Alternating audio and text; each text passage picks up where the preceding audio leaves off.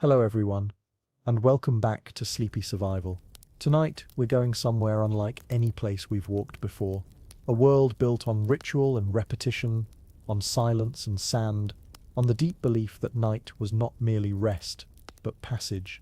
You're standing just outside the threshold of an ancient Egyptian sleeping chamber, a place where darkness wasn't feared but carefully negotiated, a place where dreams whispered messages from gods, and a single night's sleep meant far more than you'd expect. Before we step through, take a moment, breathe slow, let your shoulders soften, and if you enjoy these quiet journeys into the past, feel free to like and subscribe, only if you enjoy it, of course. And tell me, where are you listening from tonight? And what time is it? Now, let the chamber open to you.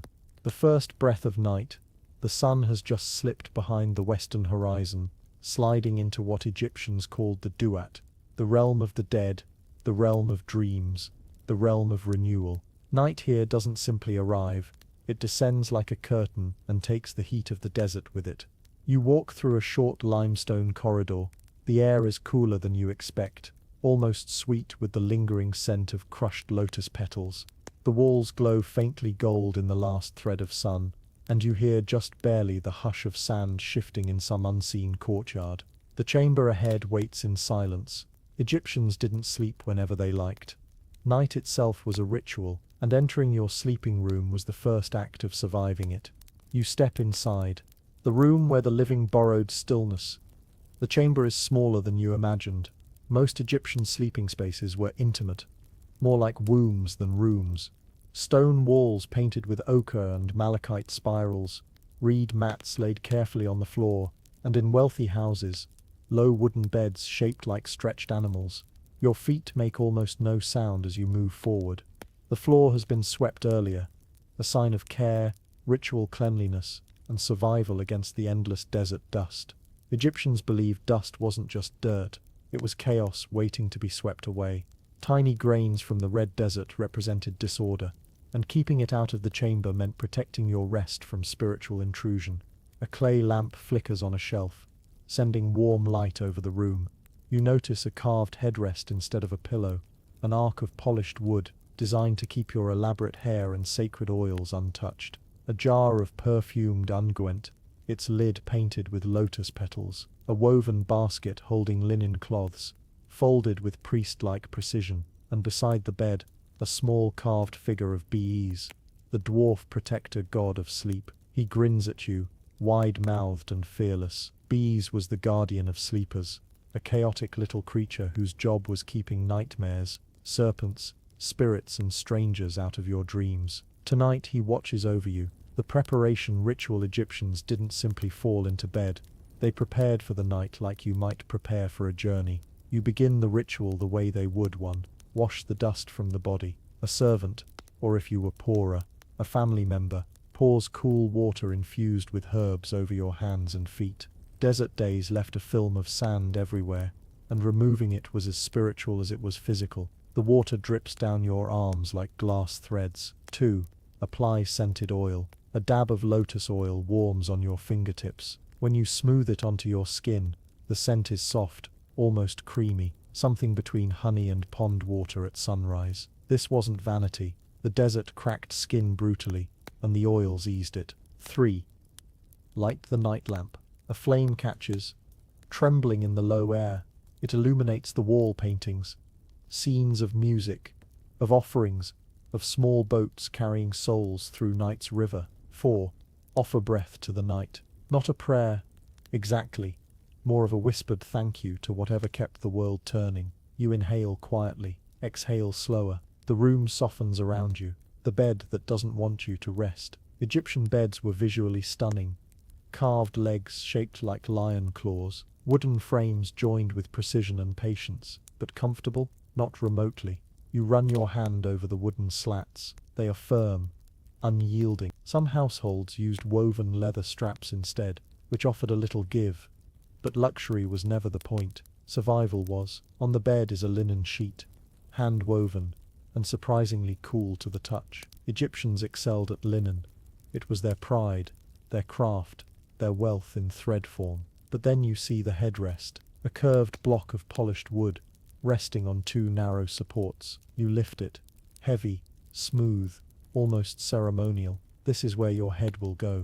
Egyptians believed the head was spiritually powerful, almost sacred, and raising it off the ground protected you from creeping insects, wandering snakes, and the unseen spirits that moved through night. You set the headrest in place. Tonight, it will cradle your skull like a sacred object. The weight of darkness. You lie down. The wooden slats press firmly against your back. The headrest lifts your skull at an unfamiliar angle, stretching your neck in a way that feels both soothing and bizarre. The air cools further as the last daylight dies complete. Darkness here is not silent. It has texture. You hear the rumble of distant donkeys settling in the courtyard, the creak of reed mats shifting under the night air, the hollow echo of someone closing a heavy wooden door, the whisper of sand crawling along the exterior wall, a faint splash from the household well. Egyptian nights were alive. The world didn't become quiet.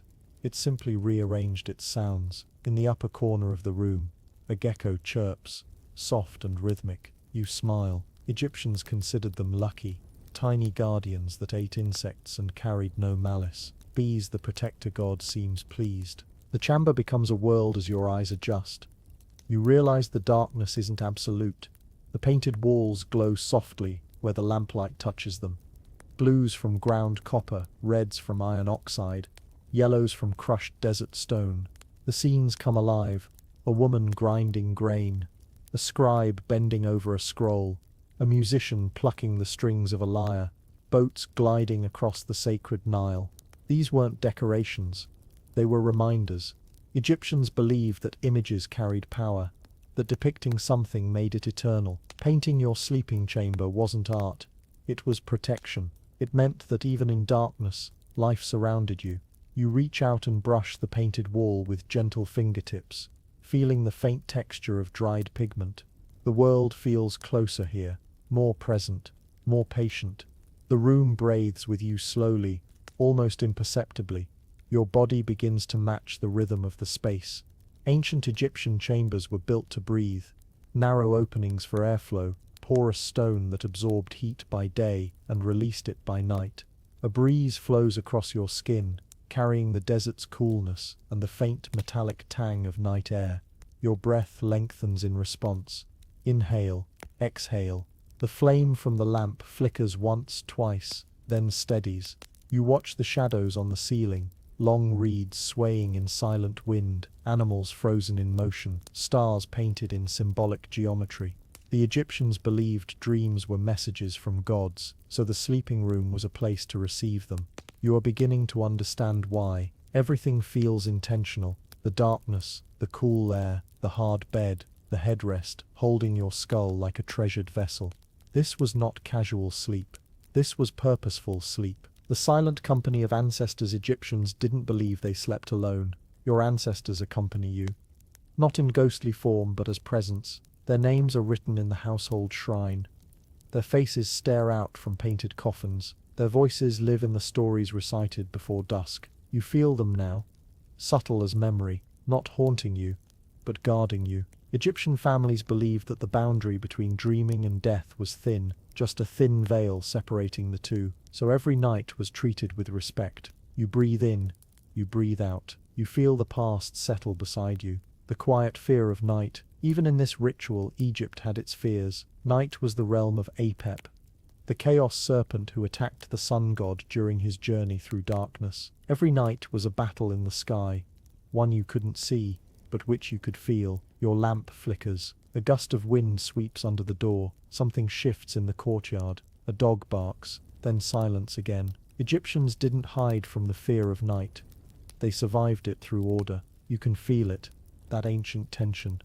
The balance between chaos and calm, night and dawn, fear and ritual. The chamber amplifies it. The first drift, your eyes grow heavy. Not because the bed is soft, it most certainly isn't, but because the room has settled around you like a second skin. You feel the smooth firmness of the headrest, the cool linen sheet, the drifting scent of lotus oil, the slight tremble of desert wind against stone, and the deep quiet that only chambers like this can hold. Your thoughts slow into shapes instead of sentences. You drift. The lamp sways once as if nodding to your surrender. Your breathing follows the rhythm of the gecko in the corner. Steady, unhurried, ancient. You close your eyes. The chamber does not become darker, only deeper. You understand now why these rooms were built like this. To soften the border between life and dream. To let the world slip gently into your hands. And to remind you that survival is not always loud. Sometimes it is simply surrendering to the night, just as you are doing now. Tonight, in this quiet, careful chamber,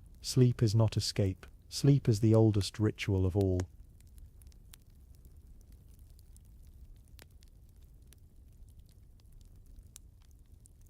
You might imagine sleep in ancient Egypt as something simple. Lie down, close your eyes, drift off beneath a desert sky. But sleep was never simple. Not here. Not when the night itself was considered a dangerous journey. For the Egyptians, every time you lay your head on a wooden headrest, you weren't just preparing for rest, you were preparing to survive the hours when the world shifted. Night carried threats both familiar and divine. Snakes, insects, thieves, but also the dangers that lived in shadows, wandering spirits, hungry gods, and the great serpent Apep, who attacked the sun each evening in the deep below. So before you slept, you followed rituals, simple movements, small precautions, tiny ceremonies meant to keep chaos on the other side of the shutters. Because here in the chamber, you didn't sleep alone. You slept inside a sacred system of protection, one built from oil, shadow, symbols, and quiet intention. Tonight, you will learn the steps, lighting the sacred quiet. The lamp is your first guardian. You lift it from its niche, a clay bowl with a cotton wick, soaked in clear, fragrant oil. The glow is small but steady. Egyptians believed flame was more than heat. It was the visible presence of order, the opposite of chaos. The small flame followed you everywhere near bedtime. It lit corners that otherwise belonged to uncertainty, and the moment it touched the murals, the painted gods came alive. Look around the chamber now. The walls are full of stories. Hathor, offering music. Bees dancing clumsily but fiercely. Taweret, the great hippo goddess, standing between sleepers and the creatures that hunt in dreams. You adjust the wick. The flame flares softly. Their shadows move with you. They've done this for thousands of nights. The cleansing before the crossing Egyptian sleep had rules. And the first rule was this: you do not go into the night world dirty. A bowl of cool water rests beside the bed, mixed with natron salt, lotus petals, and sometimes even mint. You wash not to clean your skin, but to clean your presence. The night gods could smell impurity, or so people believed. Dip your hands. The water is shockingly cool, even in the warm chamber. You feel the sting of desert grit leaving your palms. The scent rises with the steam, faint lotus, resin, and something like earth after rain. You wash your face next, then your feet, then with a small linen cloth, the back of your neck. Each motion is slow. No one rushes this part. Because this is not hygiene. This is a contract, a promise. I enter sleep with respect. You squeeze water from the cloth and hang it on the peg. The droplets fall like a quiet chant. Perfumed protection. Egyptians believed scent had power. Good scents made a space inviting to protective spirits. Bad scents made it vulnerable. Before lying down, you take a tiny jar, carved alabaster or clay, depending on your wealth, and open it. Inside is lotus oil, thick and golden. You dip 2 fingers in, rub it behind your ears, across your wrists, sometimes on the chest, where the breath begins. The smell rises, sweet, floral, heavy like dusk. It lingers on your skin, even after the lamp is out. Some Egyptians chose cedar oil instead.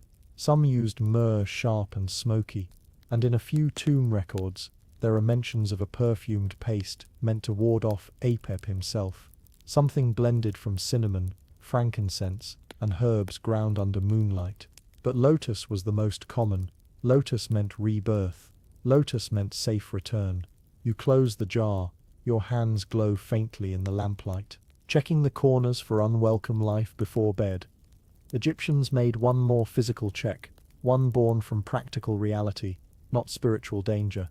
Scorpions, snakes, spiders, desert insects, with a talent for entering places they shouldn't. You take a reed broom, and sweep gently around the floor, especially the corners, the cool stone near the door, and the gap beneath the low table. The lamp shakes shadows loose as you move. Nothing tonight. A blessing. But Egyptians wrote prayers for this moment. Not long, solemn prayers. Just small whispers. Leave this place. Not tonight. May the serpent find no warmth here. Simple survival. Spoken softly, setting the boundary of light. When all corners are checked, and the scent has settled, and your skin feels clean and cool, you dim the lamp. Not extinguish. Never fully. Instead, you pinch the wick just enough that it shrinks to a faint amber seed. One tiny ember of order, kept alive against the vastness of the night. Egyptians believed that even a whisper of flame helped repel the forces that hunted darkness, that the line between dream and waking was thinner without it. You place the lamp on a low stool near the head of the bed. Its glow is small but brave, warm, steady, confident. The chamber becomes soft around it, inviting the protectors. Now comes the part that belongs fully to ritual. Egyptians invited protection into the room intentionally, not through large gestures, but through placement and presence. You look toward Bes.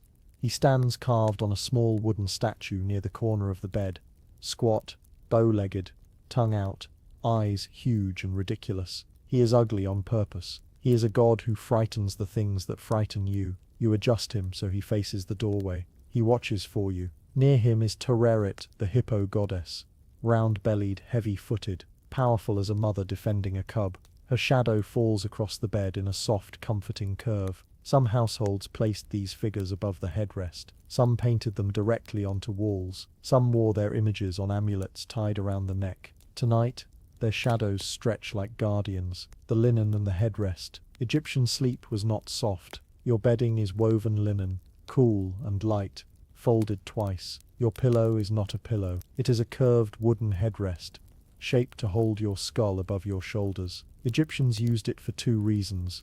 One, to keep elaborate hairstyles intact. Two, to keep insects from crawling near the ears. You place it beneath your neck carefully. It feels strange at first, a pressure point rather than a cushion. But in a moment your spine adjusts. Your body loosens. This is how they slept, night after night. Above you, painted stars stretch across the ceiling. 6 pointed, arranged in rows, glowing softly in the lamp's dying warmth. The breath before letting go. The room grows quieter. Outside, desert winds drift along the walls like distant waves. A single gecko chirps near the window. Somewhere beyond the courtyard, a neighbor closes a shutter with a soft thud. Your breath slows. In this moment, Egyptians believed the soul separated slightly from the body, rising just enough to travel into the dream world. Not death, not danger, just departure. But departure required calm, so you breathe the way they did, in through the nose, past the perfume of lotus and cooling stone, out through the mouth, past the weight of the day. You feel Bes watching from the corner. You feel Tereret guarding the doorway. You feel the lamp glow, shrinking but resolute. Tonight, the chamber is your boat, and sleep is the Nile. You are drifting, slowly, gently, safely, into a world older than dreams.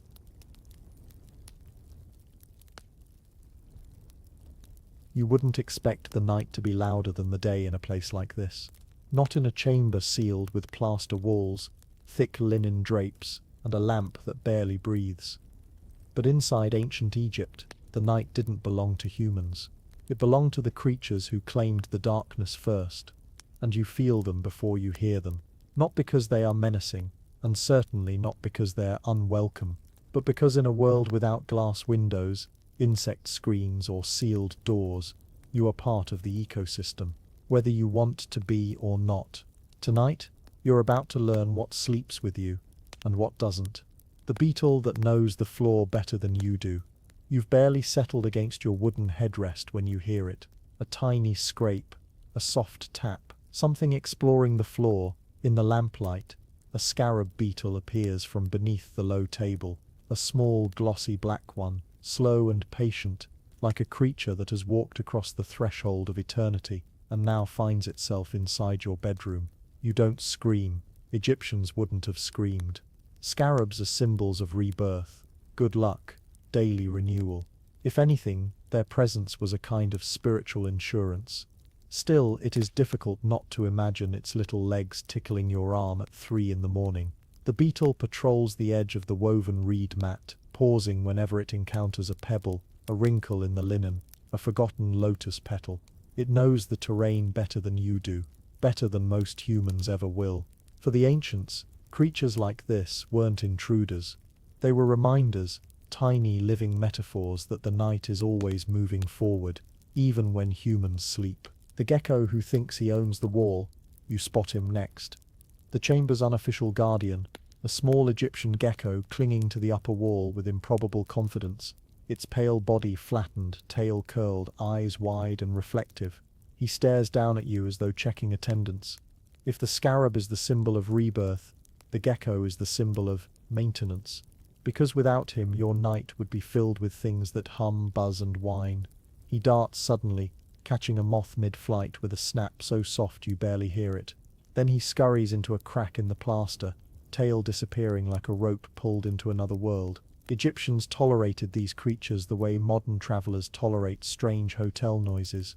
Not because they enjoy them, but because the alternative is much worse. A gecko in the room meant fewer insects. Fewer insects meant fewer bites. Fewer bites meant fewer questionable diseases. He was a roommate worth keeping. The mosquitoes holding court in the darkness, but the gecko can't catch them all. From the corner of the chamber you hear the faintest hum, then another, then a third. A mosquito summit, held without your consent. Egyptians weren't unaware of the problem. They burned incense, used woven nets of flax or linen, and blessed themselves with perfumed oils that did more to soothe the bites afterward than prevent them in advance. A mosquito net would have helped, but tonight, for reasons lost to history and likely money, you don't have one. You pull the linen sheet up to your chin, hoping they'll choose someone else. Anyone else. Maybe even the gecko, though he is far too agile to fall victim to such amateur hunters. You whisper a sleepy prayer to Tauret and bees, one goddess shaped like a hippo, the other a dwarf god with a lion's mane, hoping they'll scare away the pests. The mosquitoes consider this for a moment. Then they hum louder. The rodent that never sleeps. Every ancient sleeping chamber had one. Sometimes it was a mouse, sometimes a rat, occasionally something halfway between the two, with a tail that seemed to go on longer than any reasonable animal should own. Tonight's visitor appears quietly from beneath the storage chest, sniffing the air with strategic curiosity. He doesn't want your food. You don't have any. He doesn't want your lamp. It's far too hot. He wants your silence because silence gives him permission to move. Egyptians dealt with these creatures with traps, cats, or in more rural homes. Patience cats were the best solution, of course. But cats had their own agendas, and none of them respected your bedtime. Tonight no cat is present, so the mouse, let's call him the owner of the chamber, makes his slow, cautious way around the bed, pausing whenever you exhale too loudly. He is tiny, he is fragile, he is possibly plotting against you, but he is also part of the room, as much as the murals and the headrest. Egyptians slept with him, the way we sleep with the hum of traffic outside a window. Not welcomed, but accepted. The chamber that breathes back slowly. Your senses settle. You notice things you didn't earlier. The sound of linen shifting each time you breathe. The faint rhythm of drip, drip from a water jar, cooling near the wall. The warm clay scent rising from the lamp as oil burns low. The echo of the gecko's tiny claws tapping above you. The soft creak of the wooden bed frame as it sighs under your weight. The invisible dust drifting through the lamp's warm halo.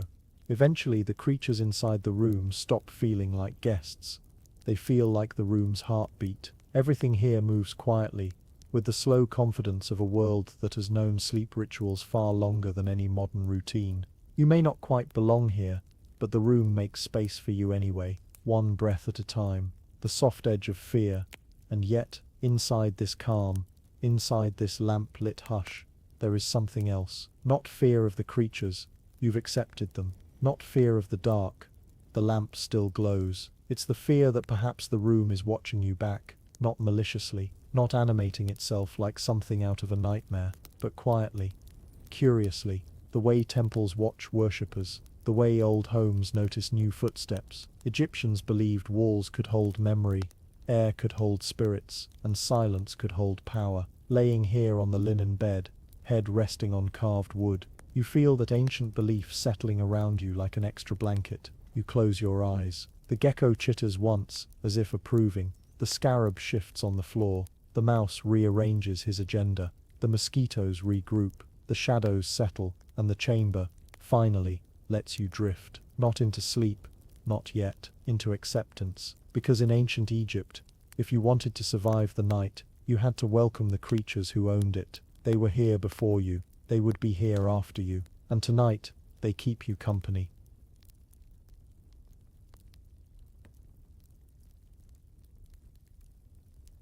You wake sometime after midnight, though you're not sure what stirred you. The chamber is darker now, the kind of darkness that feels layered, as though shadows have stacked themselves neatly, waiting for the moment your eyes open. The lamp has burned itself down to a trembling bead of gold, barely surviving on the last traces of oil. You lie still for a moment, reminding yourself where you are. Ancient Egypt, a sleeping chamber meant for safety, purification and dreams. A place where the living and the dead were always closer than they pretended to be. The first thing you notice is the temperature. The air has cooled, but not fully. Heat remains trapped in the mud brick, pulsing faintly from the walls. The linen against your skin feels warmer than you expect, as though it has absorbed the memory of day. You shift slightly, and the movement stirs the room. Not loudly, not dangerously, just enough for everything to adjust itself. A soft skitter of beetle legs, a faint tap-tap from the gecko above the lintel, a tiny ripple of air around the lamp chimney. The room accepts you again, the ritual of re-oiling the lamp. Every household in this world knows the rule. You don't let the lamp die unless you want the night to own the room. So you sit up, groggy, careful not to crush the small offerings and amulets laid near your headrest. The wooden stool beside your bed holds a small jar of castor oil and a thin bent copper pin for trimming the wick. Your hands move slowly, half guided by memory you shouldn't have, but the motion feels instinctive. Dip the pin, lift the wick, twist gently, add one breath of oil. The flame grows, not brighter but steadier, casting long horizontal shadows across the plastered wall. The flicker reveals familiar hieroglyphs, birds, reeds, spirals, symbols painted centuries before you existed, yet somehow exactly where you need them to be now. You don't know the full meanings. You don't need to. Their presence is enough. In ancient Egypt, writing wasn't just decoration, it was protection, a lullaby in ink and mineral. Tonight, it watches over you quietly. The nightly purification. Somewhere in the household, someone is moving. You hear water, faint but unmistakable. A ladle dipping into a basin, perhaps a family member performing the midnight washing ritual, believed to cleanse the spirit before returning to sleep. The sound is calm, unhurried, a rhythm older than the house itself. You remember hearing of this custom earlier in the day. During the night, demons grow thirsty. The old caretaker told you with a half smile. So we wash ourselves to remind them we're still alive. You weren't sure whether to laugh then. You're not laughing now. Fear doesn't announce itself here. It settles in the corners like dust, gentle, patient, waiting for you to turn your head and notice. You rise from the bedding and move toward the water jar at your own bedside. The gecko watches you, eyes gleaming like polished stones. You dip your hands lightly into the cool basin, not bathing, not fully washing, but touching enough water to mark yourself as awake. Water trickles down your wrists, a symbolic gesture, a small declaration. I am here, I am alive, pass over me tonight. You pat your hands dry on a linen cloth. The gecko blinks, slowly approving, the chamber's second breath. When you return to your bed, something feels different. The air is thicker, the night deeper, the shadows heavier. Not dangerous, just full of intention. Ancient Egyptians believed that sleeping chambers were threshold places, not temples, not tombs, but small crossroads, where dreams, ancestors, and wandering spirits brushed lightly against the living. As you settle back onto the linen, the chamber hums around you. Not a literal hum, more like a feeling in your ribs. You've felt this before, in deserts and caves and sanctuaries where history presses against your lungs. But here the sensation is quieter, woven into the plaster, drifting through the warm air like incense that never fully fades. You lie down slowly, mindful of the amulets, mindful of the mouse that has returned to its favorite corner, mindful of the scarab shifting beneath the edge of the bed frame. The room watches again, breathes again. Night offerings. Many families leave a few items in sleeping chambers overnight. Not for worship, not for ghosts, but for balance. Order needs little reminders to stay in place. Tonight, on the small table near your bed, you notice a single dried lotus, a chipped clay bowl with 3 pieces of barley bread, a palm fiber cord wrapped in a knot of protection, a folded scrap of papyrus with a child's crude drawing of bees. None of these things threaten the night. They simply occupy it. The Egyptians mastered a strange form of survival. They didn't banish the night. They befriended it. You pick up the lotus, brittle and pale. It smells faintly of the river, silt, water, faint sweetness fading through time. You set it down gently, realizing the flower belongs to someone else's ritual, someone else's story. Still, you feel calmer touching it. Sometimes survival is just using what's available. When shadows shift, you lie back and close your eyes. A moment later, you feel it. A shift, a change in the air pressure, a tightening of silence, a soft scrape on the plaster. The gecko again, repositioning itself higher. You open your eyes softly, calmly. The shadows have recomposed themselves across the chamber. One shadow in particular draws your attention. The tall, rounded shape cast by the water jar. In the lamplight, it looks almost like a person standing beside your sleeper's niche. You don't startle. Ancient Egyptians carved human-shaped shadows into their walls all the time. Silhouettes meant to serve the sleeper, not haunt them. But seeing one glowing in real lamplight, now in the stillness of the night, it feels different. A presence without presence, a watcher without intent. You breathe, slow and even, letting your heartbeat sync with the quiet pulse of the room. You remind yourself again, nothing in this room belongs to fear. Everything here belongs to rhythm. Listening to the house, not the chamber. The house. Late-night sounds drift differently in ancient homes, through latticework, through open courtyards, through carved doorways that never fully seal. From far deeper in the building you hear a cough, a pot settling on a shelf, a cat landing softly from a ledge, the faint trickle of water refilling itself in a jar, soft steps. Someone checking on children sleeping in another room. No one is awake. All the way, people drift in and out of sleep here. Survival is a shared responsibility. If the gecko wakes, so do you. If the mouse stirs, so does the mother down the hall. If the lamp dims, someone trims it. No one person owns the night. The house does. You realize how different this is from your modern world, where night belongs to individuals, not families. Here, night is communal. Here, sleep is supervised. When dreams drift into the room, Egyptians feared nightmares less than we do. To them, dreams were messages, sometimes from gods, sometimes from ancestors, sometimes from your own heart trying to speak in symbols. Tonight, the chamber seems ready to host them. You notice how the painted ceiling, dark blue with faint gold stars, looks lower than before, not ominous, but intimate, like the sky leaning down to whisper. The warm air moves just enough to make the stars shimmer. You feel your eyelids grow heavy, though not with sleep alone. Something else is approaching. Not a dream exactly, but the edge of one, a sense of drifting, of slipping sideways rather than forward. You let yourself soften into it. Even ancient Egyptians didn't always know where dreams came from. All they knew was that the night wanted to speak. The chamber responds just as you begin to cross the threshold between waking and dreaming. A soft noise pulls you back. A rustle, a faint clink, something brushing the side of the water jar. You turn your head slightly. Calm, the mouse again, its tiny paws tapping rhythmically as it circles the jar. But behind it, something softer. A faint whisper of wind, a shift in the ceiling dust, a shape you can't fully see. The room is awake in ways you can't track. Not threatening, not alarming, just aware. The Egyptians would say a K has wandered through, a soul double, harmless, unless provoked.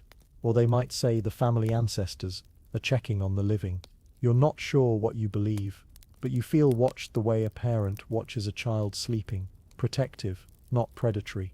Returning to sleep eventually, The room's movements fade. The mouse settles. The gecko quiets. The lamp shrinks to a final, obedient flicker. You breathe deeply. The plaster walls glow faintly, the painted hieroglyphs forming a soft mural of presence. A reed swaying, a bird in mid-step, a small protective symbol hidden near the corner of the wall. All calm, all steady. You close your eyes again and feel the chamber expanding outward. No longer a room but a cocoon. Heat, shadows and symbols, all folding around you like gentle layers of cloth. Sleep arrives slowly. The old kind of sleep, Egyptian sleep, drifting through heat, gods, insects, water, dust, dreams, and the unbroken hum of the world. A sleep that doesn't remove you from the night. A sleep that partners with it. A sleep that reminds you that humans once survived without walls sealing out the world, without silence, without control. Here in this warm chamber, you learn again. Sleep isn't escape, it's surrender. And quietly, almost gratefully, you surrender to the night.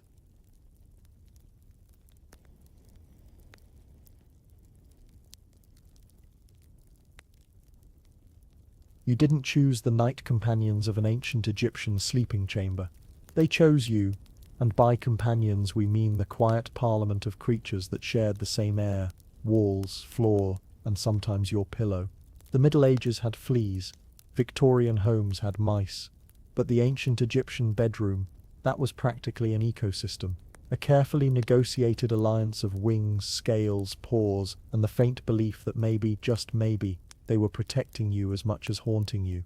Tonight, you discover what it was truly like to fall asleep while being watched by more than the gods. The gecko, first guardian of the wall, you meet the gecko again before dawn. It clicks softly from somewhere above your head, the sound tiny but unmistakably sentient. Ancient Egyptians adored these little spirits, not because they were cute, though they are, but because they ate the insects your lamp kept summoning. To lose a gecko was bad luck. To kill one intentionally was practically a curse. So when you see the flicker of movement along the upper wall, you exhale with relief. He's back. He pauses on a warm plaster patch where the lamp's heat gathers. His skin is pale, almost ghostly, but his eyes are dark, bright, patient. The chamber feels less empty with him there. You whisper a greeting. You're not sure he understands. Thank you for eating the bugs. He blinks as if accepting an offering. And in that moment you realize something quietly profound. You are not the one watching the room. The gecko is. The mouse who knows the floor better than you do. A faint scratch near the water jar announces your other roommate. The mouse appears like a shadow with whiskers, small, brown, and startlingly confident. Mice lived in every house, temple, bakery, and sleeping chamber, from the Nile Delta to the Nubian border. Not because Egyptians invited them, but because walls were porous, granaries were irresistible, and humans were predictable. You watch it creep along the wall barrier, nose twitching. It's looking for crumbs, for the warmth of the lamp, for your leftover barley biscuit from dinner, something you naively thought you'd finished. You wonder if the mouse is harmless or a threat. Ancient Egyptians wondered the same. Some households considered them thieves, others believed they carried messages from unseen spirits. This particular mouse seems to believe your sleeping chamber is his inheritance. You make eye contact. He freezes. You blink slowly. He blinks slower. A detente is formed. He skitters away, not out of fear, but to inspect the corner where the plaster chipped last winter. And you realize the truth no one writes on temple walls. Egyptian bedrooms didn't belong to people. They belonged to the creatures who refused to sleep.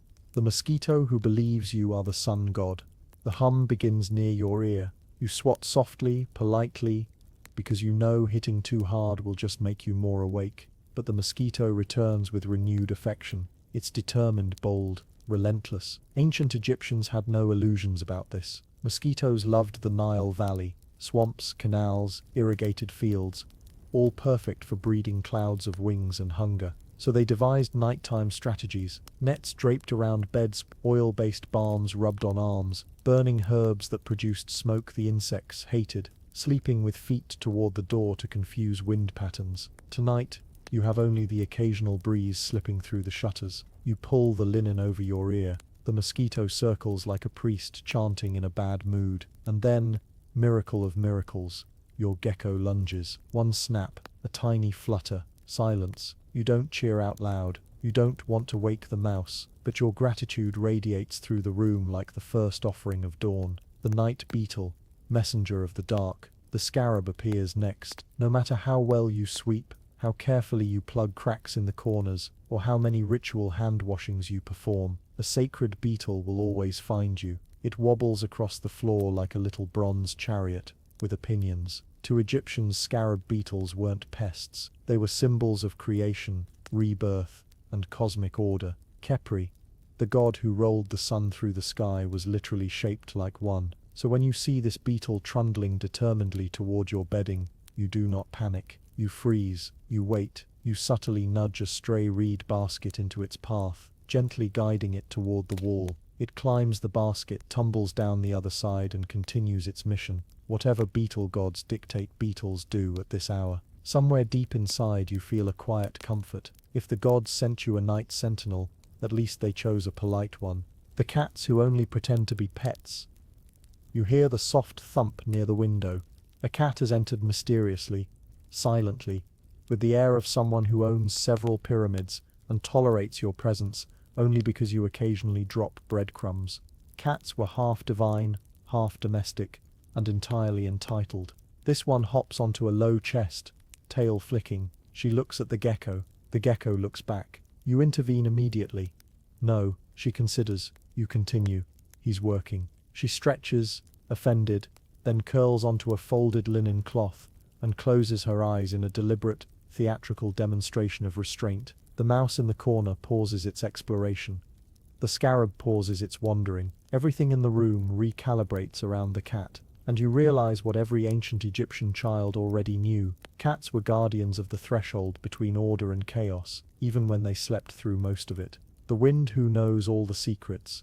Just when the room settles again, the wind enters. It pours through the door crack with a sigh, carrying sand-fine dust and the scent of night flowers. The flame of the lamp bends dramatically, shadows stretching long like arms. You hold your breath as the room inhales this breeze. Wind was divine, invisible, unpredictable, and capable of turning a peaceful sleeping chamber into a shifting landscape of color and sound. It lifts a corner of your blanket. It stirs the cat's tail. It makes the gecko blink rapidly. It flips a page of the papyrus you were writing on earlier in the day. For a moment, you feel as though the gods have stepped into the room to see if you're still awake. You whisper, "I am." The wind whispers back by rattling the bead curtain. Then it leaves, as suddenly as it arrived. The chamber that collects lives like stories as the night deepens.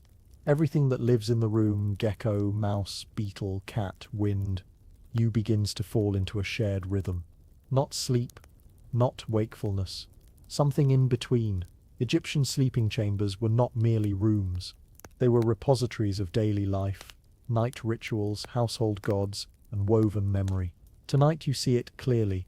The wall paintings aren't decorations. They're witnesses. The creatures aren't invaders. They're co-workers. The lamp isn't just a tool. It's a guardian. Your breath isn't alone. It's part of a chorus. And slowly, slowly, your body eases into the truth. People knew 4,000 years ago. You don't sleep in an Egyptian bedroom. You sleep with it, alongside it, inside a living world. The hour that tastes like stillness. The lamp is low now. Every creature has returned to its place. The mouse hidden behind the chest, warmed by stored grain. The cat curled into a perfect circle, one eye half open, pretending to be asleep. The beetle lost somewhere behind a basket. The gecko perched above your bed, proudly victorious after the mosquito duel. The wind silent, waiting for dawn. You lie back into the linen bedding, feeling its rough softness, its familiarity, its warmth drawn from the day's sun. The ceiling stars, painted in faded mineral blue,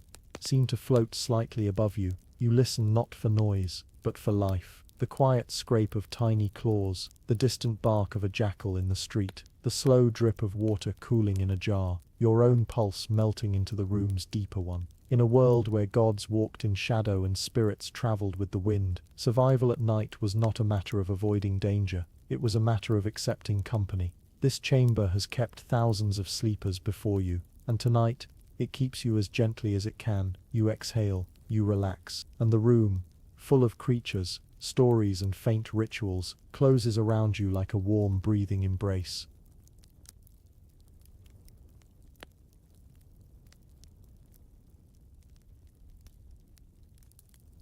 You are not sure when the chamber changed. At some point in the night, the lamp had stopped sputtering. The gecko had retreated to its high corner. The cat had positioned itself into that mysterious feline loaf shape.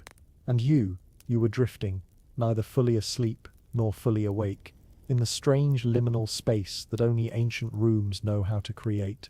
Night in an Egyptian sleeping chamber does not end sharply. It doesn't snap off like a blown-out candle. Instead, it softens, the darkness thins. The edges of objects begin to show their outlines again, and the first sign that morning is coming is not light, but sound. A distant dove, a hollow knock from a vendor rearranging jars in the courtyard, a scrape of pottery, possibly the neighbor's morning offering, soft chattering, the kind that belongs to people who woke long before you did, because their work demands it. You exhale. You have survived the Egyptian night. The air feels different now. Still warm, still faintly dusty, but lighter, like water stirred by a slow oar. You lift yourself on one elbow. The linen sheets shift softly beneath you. For a moment you forget where you are, because waking in the ancient world always feels like waking underwater, slow, submerged, thick with half-remembered dreams. Then the chamber reminds you, the painted stars on the ceiling, the carved headrest at your side, the faint trail of frankincense lingering in the air, the gecko blinking at you from the plaster wall like a sleepy priest. Yes, this is Egypt, and morning has found you. The first light it arrives almost shyly, not a beam, not a dramatic burst, just a quiet rearranging of shadows. The lintel grows faintly gold, a sliver of brightness creeps across the floor, crawling over reed mats and pottery, finally touching the edge of your bed like a hesitant hand. You could swear you feel the warmth instantly, but that's only because you have been waiting for it. Nights are cool in Egypt, cooler than most imagine. Without the sun, the stone walls remember their own coldness, and the desert air moves like a silent tide. Morning brings release. More light slips in. The painted gods on the wall, once half visible in lamplight, regain their colors. The blue and green pigments brighten. The gold leaf glimmers faintly. The outlines sharpen as though the gods themselves stretch their limbs after a long night of watching. Your sleeping chamber is becoming itself again. The world outside the doorway stirs louder. A woman's footsteps crossing the courtyard, a clay jar being filled, a boy complaining about chores he will still do anyway. Daily life is waking, and so must you. The ritual of rejoining the world. You swing your feet to the ground. The stone is cool, smooth under your soles. The thin linen bedsheet rustles as you stand, waking the cat, who offers only a narrow-eyed glare before reclaiming its sleep.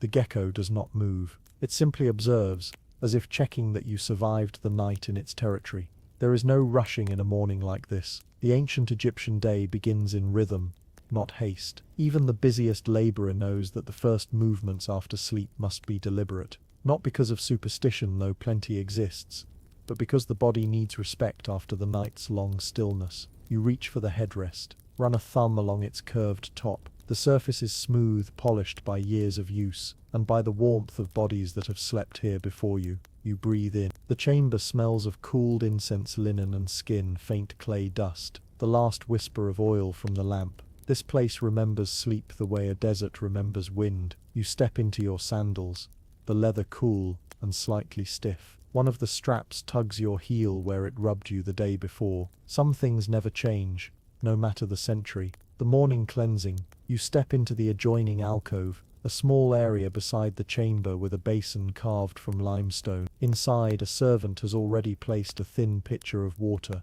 They likely slipped in quietly at dawn, the way servants have done since the first wooden palace rose from mud brick. The water is cool as you pour it over your hands. In the ancient world, this simple act is more than cleanliness. It is a resetting. You rinse your face. The shock of cold pulls the night's last dreams out of your skull like threads. You breathe deeply. The Egyptians believed that water carried memory, that every morning you shed the remnants of dreams and worries into it, letting the flow carry them into the Nile where they dissolved. You splash again. The coolness grips your skin, tightens it, revives it. When you straighten, you're surprised by how different your reflection looks in the small polished copper mirror hanging nearby. Your face appears smoother, calmer, strangely timeless. Morning light does that. It removes you from the night you survived, but also connects you to every person who has ever stood in this chamber, splashing the same cold water onto the same sleep-heavy skin.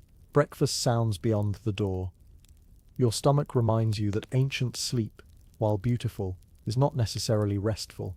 You feel a hollow ache, a quiet hunger that comes not from deprivation but from existing in a place where mornings smell like bread and honey. Outside, the courtyard echoes with more movement, a grinding stone turning, the soft thud of dough being kneaded, a distant greeting exchanged between neighbors. Egypt wakes gently but thoroughly. You tie the belt around your linen wrap, adjusting it so the cloth rests comfortably against your waist. You push open the chamber door. Warm sunlight splashes across your feet.